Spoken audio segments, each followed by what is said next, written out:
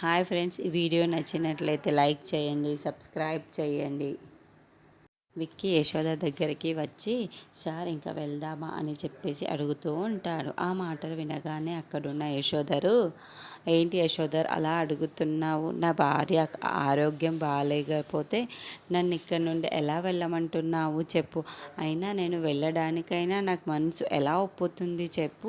నేను ఇక్కడ నుండి వెళ్ళలేను అని చెప్పేసి అంటూ ఉంటాడు. ఆ మాటలు వినగానే అక్కడున్న విక్కీ ఒక్కసారిగా షాక్ అయిపోయి యశోదర్ని చూస్తూ ఉండిపోతాడు. ఏంటి సార్ ఏమంటున్నారు మీరు అని చెప్పేసి అంటాడు. ఆ మాటలు వినగానే అక్కడున్న యశోదర్ అయితే, అవును విక్కీ, నేను చేసుకోబోయే భార్య పద్మావతియే కదా.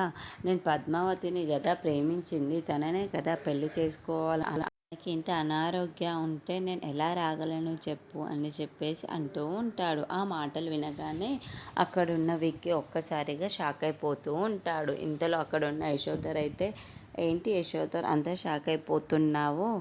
నేను నా బర్త్డే పార్టీలోనే చెప్పాను కదా, ఫోటో చూపించి మరీ చెప్పాను కదా, తననే పెళ్లి చేసుకోవాలనుకుంటానంటున్నాను, తనతోటే జీవితం గడపాలనుకుంటున్నాను అని చెప్పాను కదా.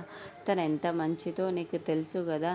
తనని చూడగానే నా మనసు ఎంతో సంతోషంగా అనిపించింది. ఎలాగైనా తననే పెళ్లి చేసుకోవాలని డిసైడ్ అయిపోయాను, తనని ప్రేమించాను అని చెప్పేసి అంటాడు. ఆ మాటలు వినగానే ఒక్కసారిగా షాక్ అయిపోతూ ఉంటాడు. ఏంటి పద్మావతిని పెళ్లి చేసుకోవాలనుకుంటున్నారా అని అనుకుంటూ ఉంటాడు. ఇప్పుడు నా పరిస్థితి ఏంటి అని అనుకుంటూ ఉంటాడు.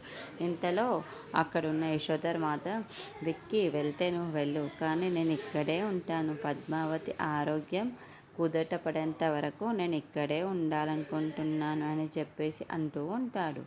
ఆ మాటలు వినగానే అక్కడున్న విక్కీ ఏమీ మాట్లాడకుండా సైలెంట్గా ఉండిపోతాడు.